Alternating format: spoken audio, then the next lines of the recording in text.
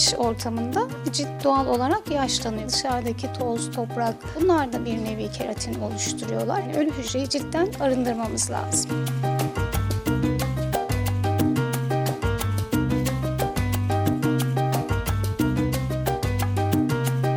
Cildimizde yiyebildiğimiz ürünleri çok rahatlıkla kullanabiliyoruz.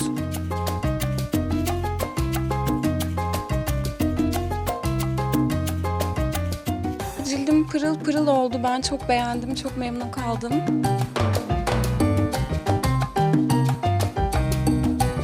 İlk temizlik aşamamız süt.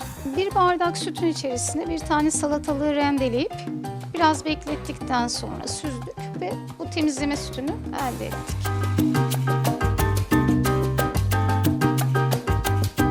Ada çayı ve papatya var şu an. Demledik ve süzdük.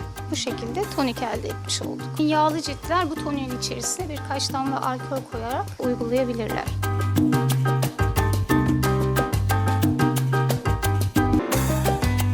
Bu peelingini de mısır unu ve bebe şampuanıyla macun kıvamına gelecek şekilde karıştırdık. Yine evde uygulayabileceğimiz bir ürün.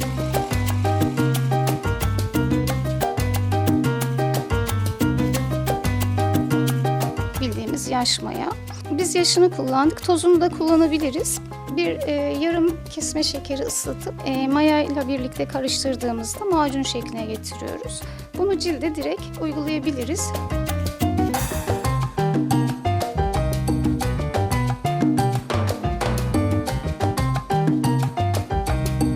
Hindistan cevizini benmari usulü erittikten sonra avokado yağı birkaç damla, üzüm çekirdeği yağı, kıtır çiçeği 1-2 damla. Şimdi kremimiz hazır.